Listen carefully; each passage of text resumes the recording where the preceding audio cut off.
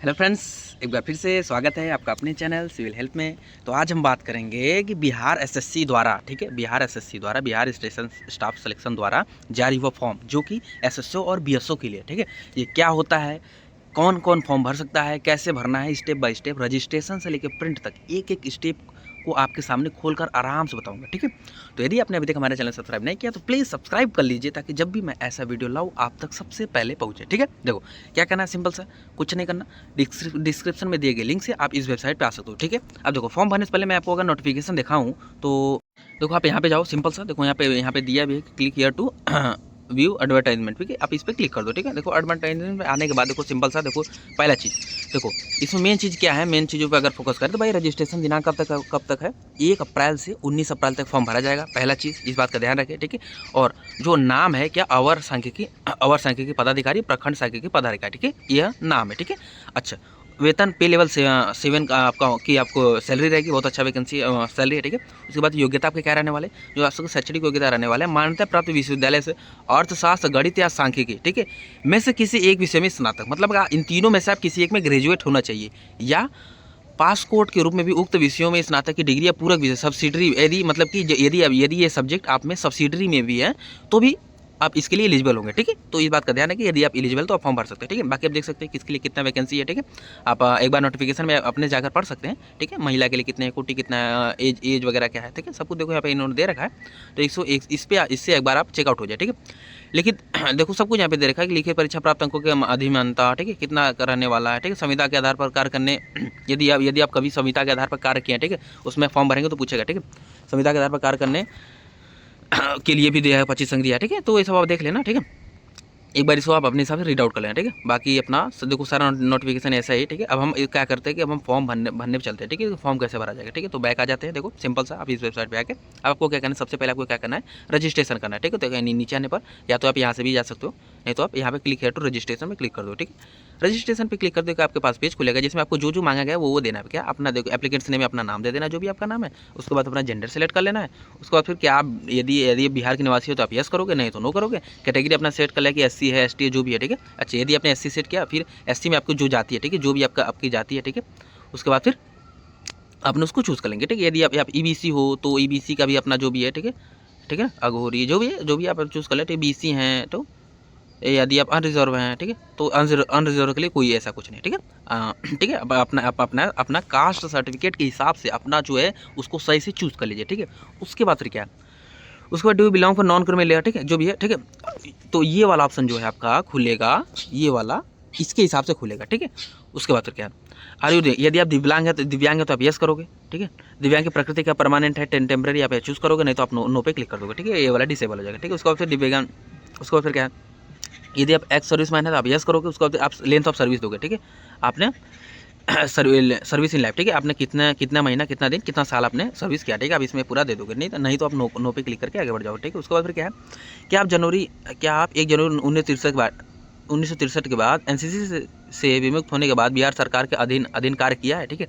यदि आपने कार्य किया है बिहार सरकार के अधीन तो आप यस करोगे, नहीं तो आप सीधा सा आप नो पे आप क्लिक कर दोगे, ठीक है। उसके बाद फिर क्या है, बिहार सरकार में नौकरी में संविदा कर्मचारी के रूप में काम किया, यदि आपने संविदा के रूप में काम किया तो यस करोगे, तो यस करने के बाद आप इसमें देना पड़ेगा कि आपने कितने समय तक आपने कार्य किया, ठीक है, इसमें आप देख सकते हो, ठीक है, नहीं तो आप फिर सीधे नो कर दोगे संविदा के रूप में अगर कार्य नहीं किया है तो, ठीक है। उसके बाद फिर क्या है, क्या बिहार सरकार कर्मचारी जिन्होंने कम से कम 3 साल नियमित एवं रेगुलर सेवा की है, यहाँ पे यस करोगे, नहीं तो नो करोगे, ठीक है। उसके बाद फिर नंबर ऑफ अटेम्प्ट्स, यानी आप कितनी बार बिहार सरकार के लिए कोई भी फॉर्म के लिए आपने अप्लाई किया आप दे सकते हो, नहीं तो पहली बार है तो 0 कर दो, ठीक है। उसके बाद फिर क्या है, अपना मोबाइल नंबर यहाँ पे चूज़ कर लेना है, यहाँ पे देखो आपको अपना मोबाइल नंबर दे देना जो भी आपका मोबाइल नंबर है, ठीक है। उसके बाद फिर अपना मोबाइल नंबर को दोबारा डाल के कंफर्म कर लेना है। उसके बाद फिर यहाँ पे अपना ईमेल आईडी देना है, उस ईमेल आईडी को दोबारा डाल के कंफर्म कर लेना है।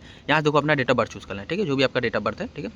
उसके बाद फिर डेट ऑफ बर्थ चूज़ करने के बाद सॉरी, यहाँ पे देखो अपना जो भी आपका डेट ऑफ बर्थ है, सॉरी जो भी आपका है, ठीक है, आप यहाँ पे चूज़ कर लेना, ठीक है। डेट ऑफ बर्थ चूज़ करने के बाद फिर यहाँ पे आप इसको चूज़ कर लोगे।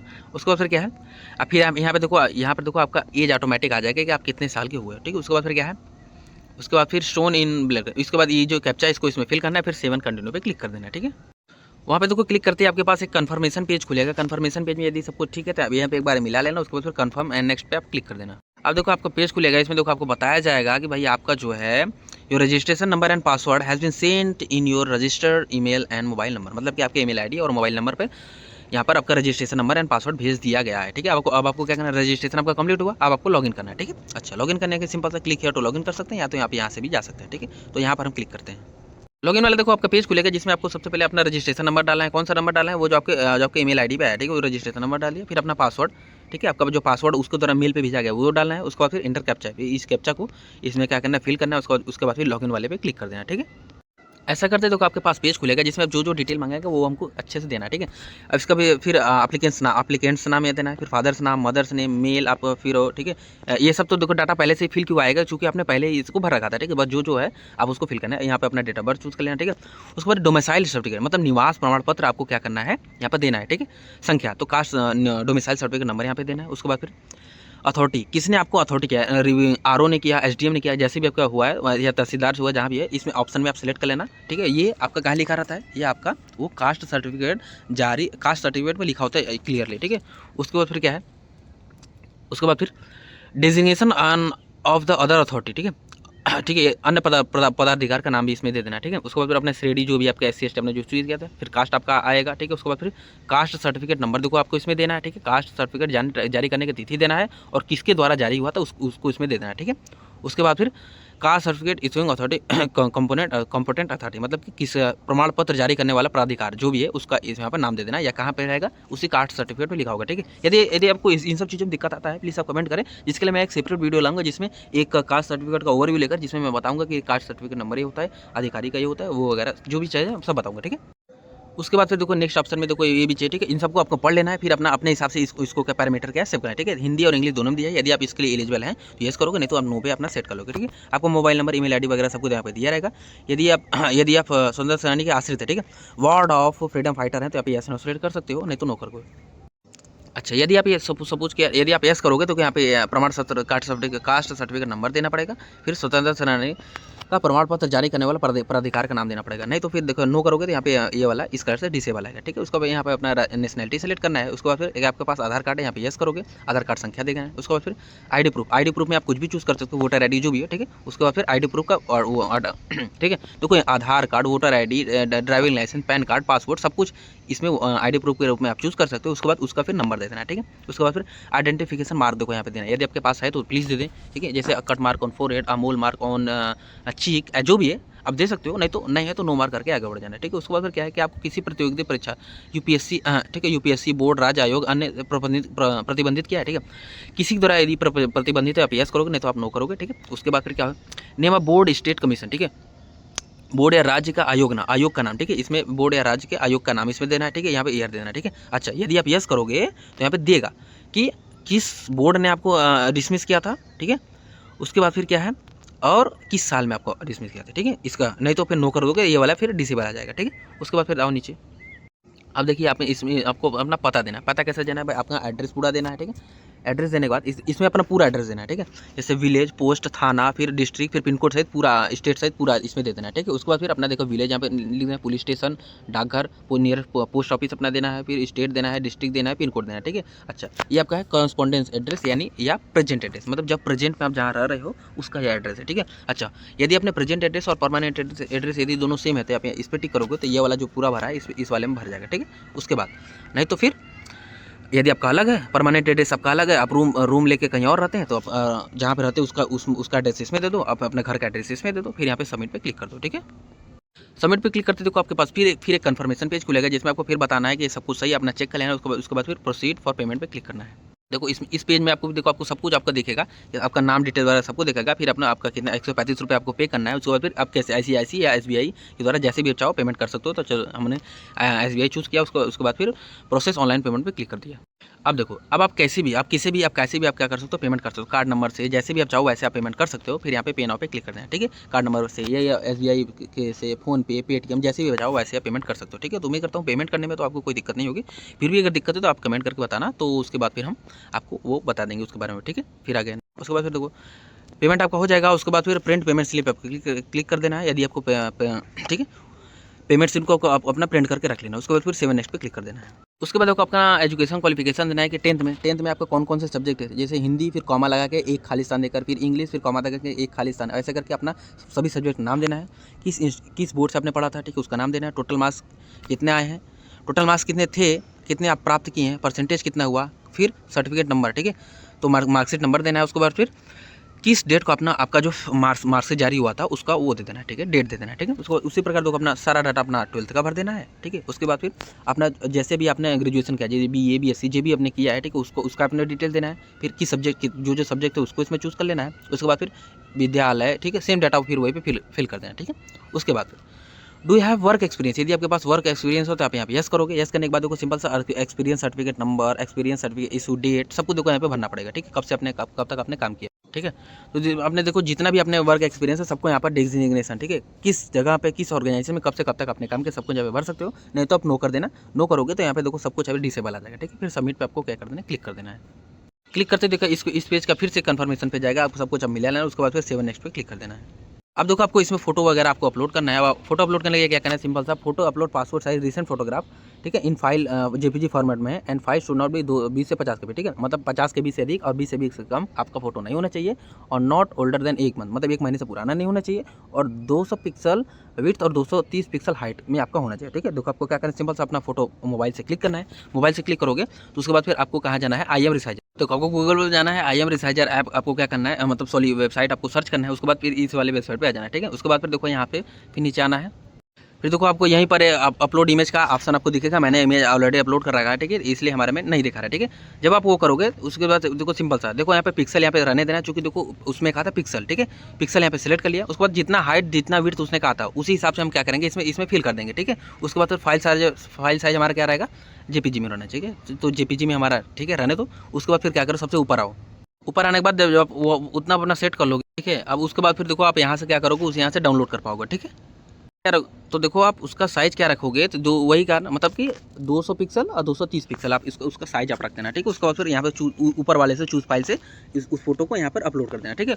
उसी प्रकार देखो अपना इंग्लिश सिग्नेचर आपको अपलोड करना है, ठीक है, उसको हाइट वेंथ उसका यहाँ पे रख लेना। उसके बाद फिर अपना हिंदी सिग्नेचर अपलोड कर देना, ठीक है। अच्छा, अब एक चीज़ और हो सकता है आपके साथ, हो सकता है कि आपने जो फोटो अपने किया, मान लीजिए वहाँ से आपने डाउनलोड भी कर लिया, लेकिन उसका साइज जो है 50 KB से अधिक है, तो क्या करोगे, सिंपल सा प्ले स्टोर पे जाओ या इसी वेबसाइट पे जाओ, इमेज साइज रिड्यूसर नाम से सर्च करो, कोई वेबसाइट खुलेगा जिसमें उसमें आपको सिंपल सा आपको जितनी KB में चाहिए उतना KB सेट करना है, फिर ऑटोमेटिक आपको वो वाला इमेज डाउनलोड हो जाएगा, ठीक है। उम्मीद करता हूँ हो जाएगा, बहुत सिंपल है, ठीक है। अगर फिर भी नहीं होता आप कमेंट करके बताएं, आपको अगर कोई दिक्कत है तो उसमें हम फिर से अलग से उस वीडियो का सोल्यूशन आपको बताएंगे, ठीक है। सब कुछ सेलेक्ट सब कुछ अपलोड करने के बाद फिर सबमिट पे क्लिक करेंगे।